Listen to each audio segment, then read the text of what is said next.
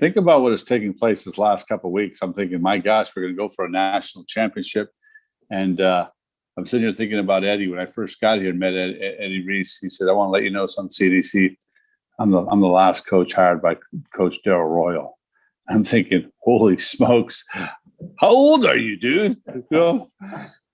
Because I just want to let you know, I'm the last coach that was hired by Darrell Royal. And I sat down and I affectionately referred to him as Yoda, because he's not only one of the greatest coaches ever in our country, but more importantly, he's a great sounding board for all of our coaches. We have many, many conversations, and he'll come in and talk to us about leadership. He'll talk to us advice. And I was sitting there yesterday, a week ago, and they're getting ready to go to the play for the national championship. And I said, Coach, we're good.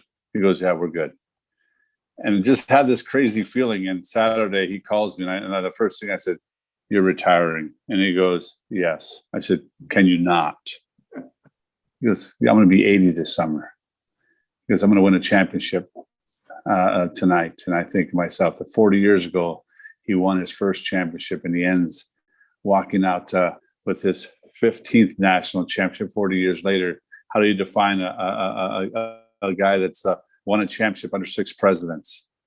You think about the history from 1981 to now and what's happened in our country. It's just mind-boggling. And he may be 80 in age, but he's actually 50, and he has such a long time to spend with his wife and his family. I was just so sad to say that he was going to retire.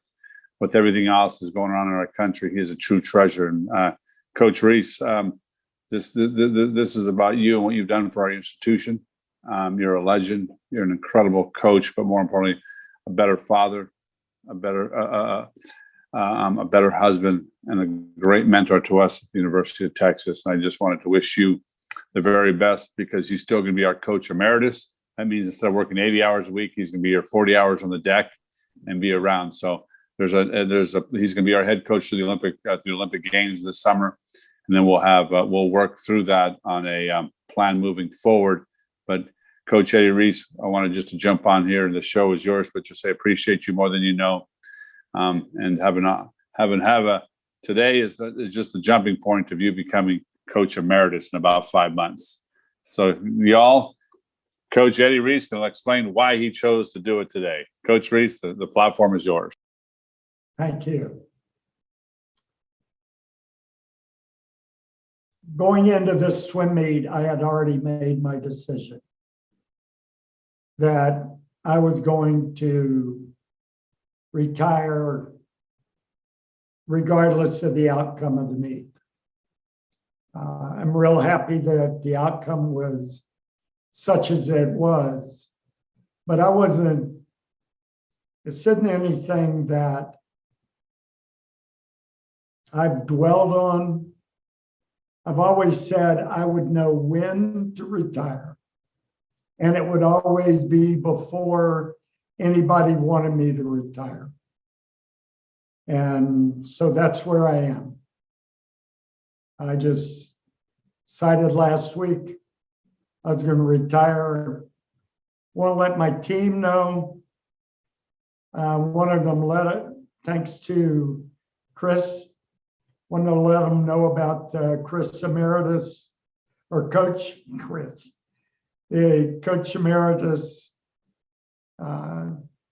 So great. I love the idea, and I look forward to doing that. I've said for years that if I could just go to practice and not go to meets, I could coach till I'm 100. So as long as my mind is good, my jokes are good, I'm going to keep doing it. My jokes are always good. Your jokes are always the best, Coach. But since the time we wanted you to retire was never, I think it'd be really hard for you to have retired after anybody wanted you to retire. We're going to go ahead and open it up to some questions, and we'll start with Dennis. Coach, thanks for taking time. So whenever we talk and we hear from great coaches, we stack all the titles up, and when we talk about them, they usually talk about the relationships that they make. What do you walk away from this amazing career of what's most important to you? Well, the thing I got most out of coaching swimming has nothing to do with winning or trophies or anything like that. It all has to do with interpersonal relationships. And coaches are in a great position that I love, because I'm a firm believer that if the purpose of our life is to help, it puts us in a position to do just that. And I'm a big book reader, all fiction. Since March of last year, in a year, I've read over 100 books. And in one of the books, we all know the saying, you can't take it with you when you die.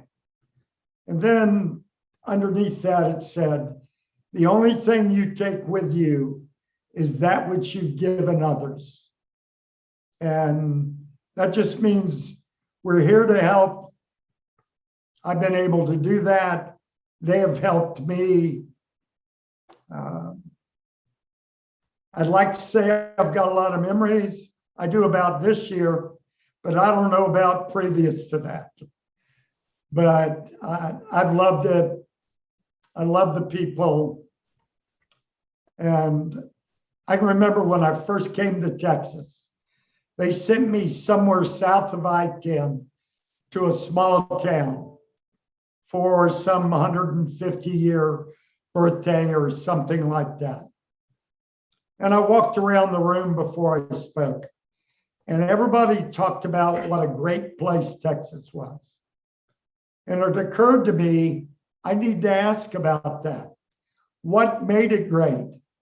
And they immediately started talking about somebody that was at the university or a group of people there. A place is not good unless the people are good.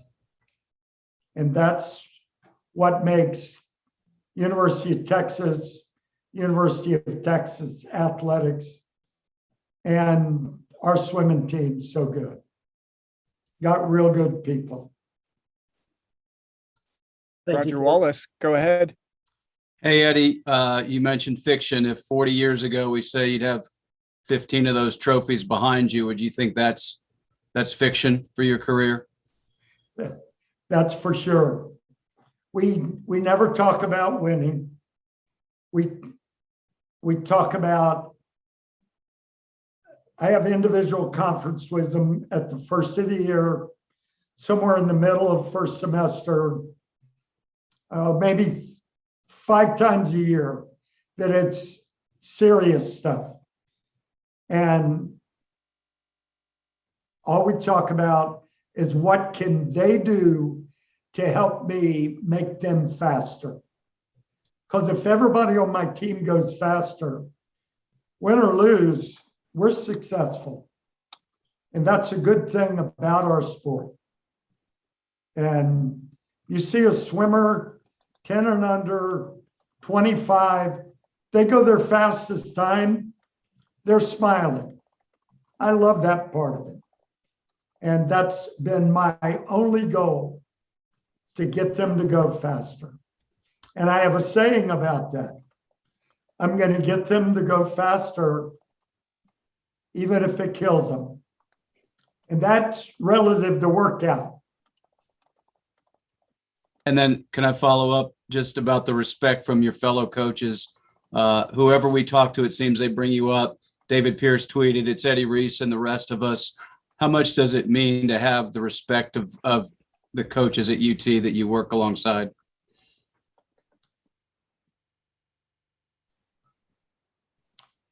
You always want to do the right things for the right reasons. And some of the best teams I've had have not won. And how you carry yourself, how you win and lose is very important to me and to my team, and how our opponents feel about us, and how the coaching staff I get to see, used to get to see on a daily basis. Haven't done that in a while.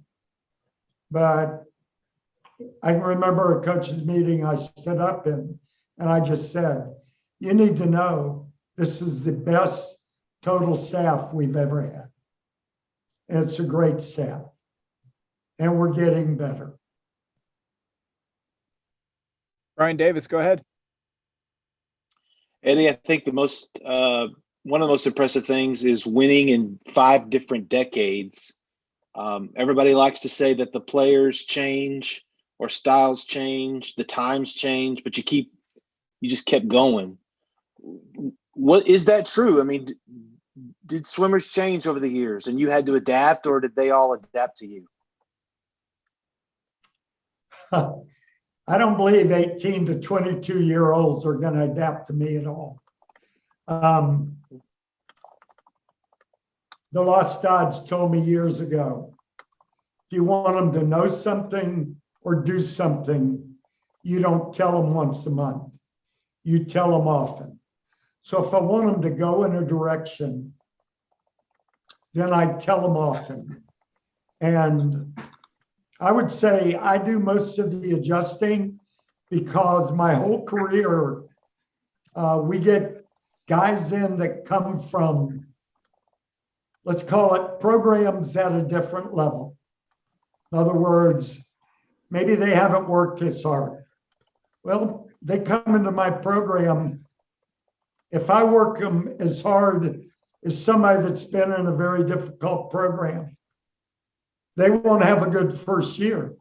So I've got to adjust for that swimmer. So to make a long story short, which I don't usually do, I've done more adjusting than they have. Like we had a team meeting, 10 o'clock after we won. We get them in there and we tell them what to do and what not to do. We had a meeting before the end of the meet when we knew we were going to win. We tell them what we want to do, how we want to appear. We want to be with class and dignity. It's how you win. So when we win, we want people to like us. And one of the seniors stood up, took the words out of Wyatt's mouth and my mouth. And he said, look, there are reasons people on other teams like us and respect us. We win with dignity.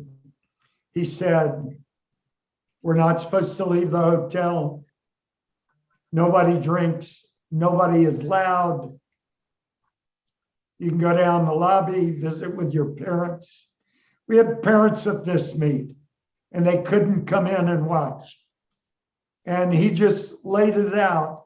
And there's so much power when a peer makes comments like that. They have more power over them than I do. At times, I get to be like a parent, an insignificant other. But a peer is never that. And we're so happy and proud of the way the guys act, the way they compete. It's a daily thing. Chip, go ahead. Eddie, telling UT swimmers not to drink, that is, that's having total power over your student athletes. I don't ever tell them that, Chip. Oh, okay. All right. I was going to say, because I heard him talking on the radio about how those guys, they work hard and then they play hard. But I know you're going to go fishing. You're probably planning to go fishing this afternoon. But what does this emeritus job, what does this look like in your mind going forward? I can come to practice when I want. And I want, if you knew the statistics and improvement rate of our incoming freshman class. Every year we've got a class I love to work with. I want to work with, this allows me to do that. I've said many times, if I don't have to go to meets, coach till I'm 100. Well, do you know who the next coach is going to be? Real good feeling on it, but it's not happening until after trials. So even you're going to have to wait. All right, that's fair. Hey, congratulations. I know you hate it when we call you the GOAT, but you're the GOAT. Thanks. Bob Ballou, A go ahead.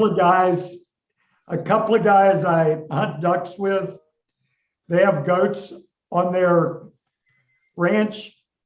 And they said, when I went in the water and went swimming, they said, we've never seen a goat swim. You had to be there, I guess. Top that, Bob. Yeah, good luck. Coach, just on that moment, just to clarify, did your team know before the meet you were going to retire? Did you tell them before? Yeah. Okay, so They they didn't know until 3:00 today. Okay. So first question is, what did that water feel like when you got in? What was that moment like with your team? Especially knowing what you know, knowing you were going to retire. I was 99% sure I wasn't going in. Then I saw them out there and they looked at me and I said, I've got to go in. And when they are not in street clothes. When I raise my hand to do the Eyes of Texas, I start sinking. Doesn't matter how good a swimmer you are. I was sinking. So it was scary. Second, when you think back on the moments, the number of guys that have gone on to the Olympics and won, the national championship you won, do you have a moment or two that really stands out to you in the pool as you reflect back on some of this stuff? Honestly, there are too many of them. I can go all the way back to when I coached at the University of Florida before most of you were born. And I had two guys there that were average, and they impressed me with their work ethic. And I learned from them what you can do. Swimming is a blue collar sport. If you work hard, you can beat some people. You can't beat Michael Phelps. You can't beat Ryan Lochte, but you can beat a lot of people if you outwork them. And these guys did that. One of them went on to be a dentist. One of them went on to be a lawyer, and just phenomenal swimming careers. And it impressed me to no end.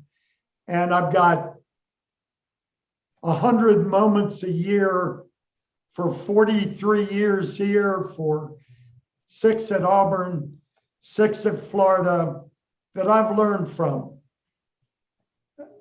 The good thing about, I'm not like a government body.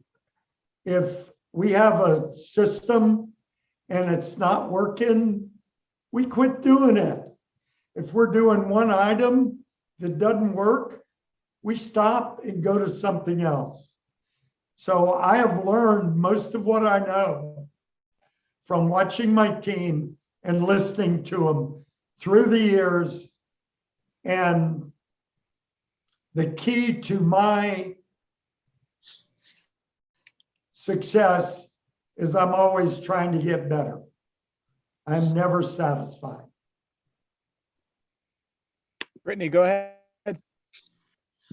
Hi, Eddie. I've been interviewing a couple of your past swimmers about like the impact that you've had on their career while at Texas and after. What is the number one thing that you want your swimmers now and your swimmers in the past to have taken away while swimming under you?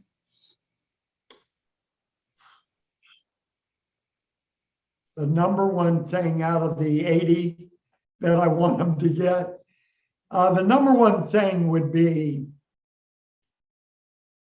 because we have a culture that I talk about frequently, that as a peer, the only way they can have an effect on a peer is to say positive things. Negative things, they just blow you off or cuss you out. But you say positive things, it has an immense effect. And being positive, when Chris Kubik was here with me, he was at a tremendous positive force every day, no matter what was happening. And from that, I got better at that. And the culture of our team, I would like them to improve a culture wherever they go by their attitude, by their actions, by their words. And then a quick follow-up. You had such a big impact on the world of swimming. Like, for instance, when I was a kid, I would do Eddie Reese sets every now and then. What do you want the swimming world to take away from your time in the sport? I want to keep giving. I've got some ideas out there. I'm going to keep working with actually probably both teams here some. And I've already had texts from other teams of coaches that want to come visit here. Now they want me to come visit them. So I'm going to try to do some of that. It's a honor and a privilege to be asked to do that. But my goal is to try to find a way to anybody I touch to make them a little bit better, if there's a way to do that. They may be already too good. Right. Thank you. Stephen, go ahead. Eddie, I know winning a national championship's always a good feeling, and I'm sure you really celebrated this last one. But winning this last national championship with your grandson, in addition to knowing you were already going to retire, did that add anything, special? Knowing that not only are you going out on the highest note that you can as a college coach, but also that you can celebrate with your grandson. That probably didn't have a whole lot of effect. My grandson, as he retired, sent a text out to the other sprinters in his group and said that they were going to miss him because he was best at talking me out of yardage in practice. And he was really good at that. So he was one of the 10 guys that didn't get to go to the meet that made the qualifying standard to go to the meet. And we're very proud of those 10 guys. They did a phenomenal job. And the reason that happens, there is nobody on our team that goes uncared for or uncoached at any time during this year. We want everybody to be the best they can, because if they're all good, gives confidence to the guys that are going to the meet. And 26 guys is probably 6 more than anybody else has ever had, maybe more. Brian Davis, go ahead. Eddie, we can't let you off the hook without asking I'm curious about your state of the union as it relates to Texas. You've been here a long time. You know what this university is, what it isn't. What is your take on the landscape of things as you exit, with where this university is and where it's going? Well, I probably need to comment about the stock market first. Right after my announcement, it immediately went down. And I apologize for that. But to put it very simply, and I will not be getting a raise because of this, if you listed the 10 best athletic directors in this country, Chris Del Conte would be in the top 5 spots. He is the man we needed to go through what we've been through in the last year and a half. He is innovative. He is caring. He is bright. He is quick on his feet. He is the right man at the right place. We are in real good shape.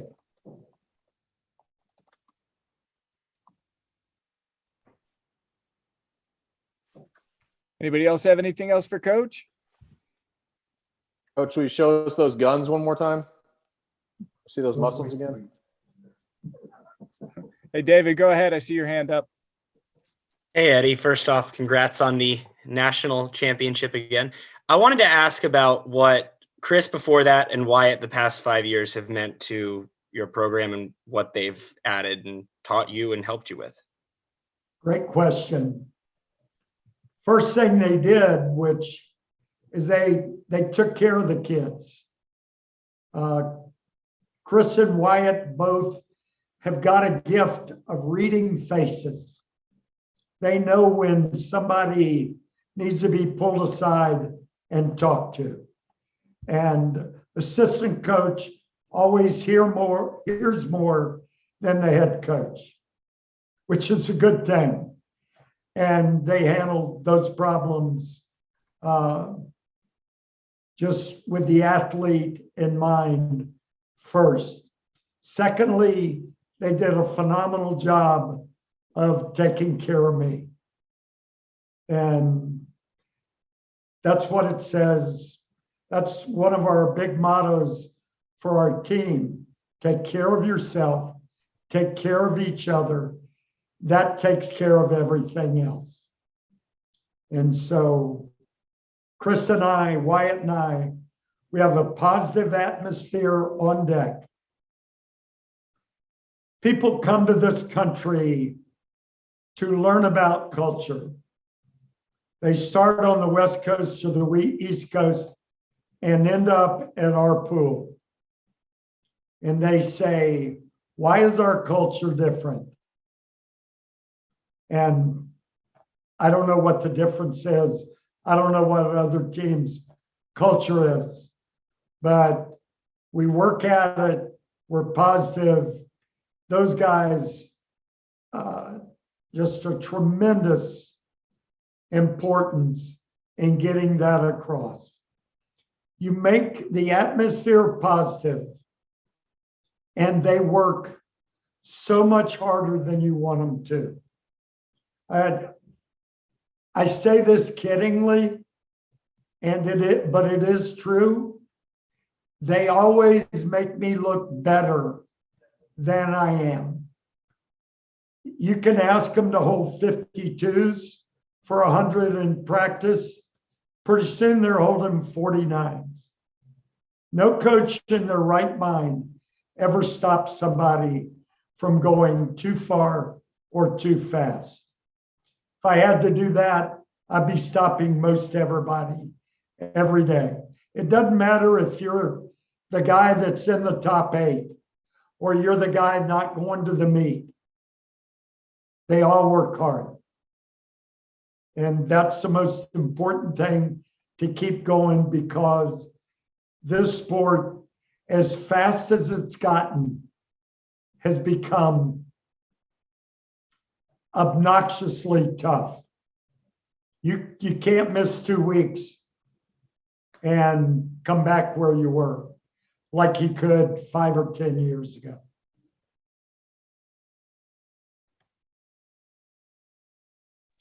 Thank you, guys. Great questions, John. Eddie, what did Darrell Royal even know about swimming? Darrell picked me up on a Sunday afternoon. And I got in the car with him and I said, this must be important to you. He said, why do you say that? I said, I've read a lot about you and Frank Broyles. I think you would rather be on the golf course. And we hit it off from there. Then he took me to Cisco's, and I was hooked. Mm-hmm. Great, truly one of the great men, and he established a tradition and memories here that still drive us now. He is a man of phenomenal giving philosophy. He's the best.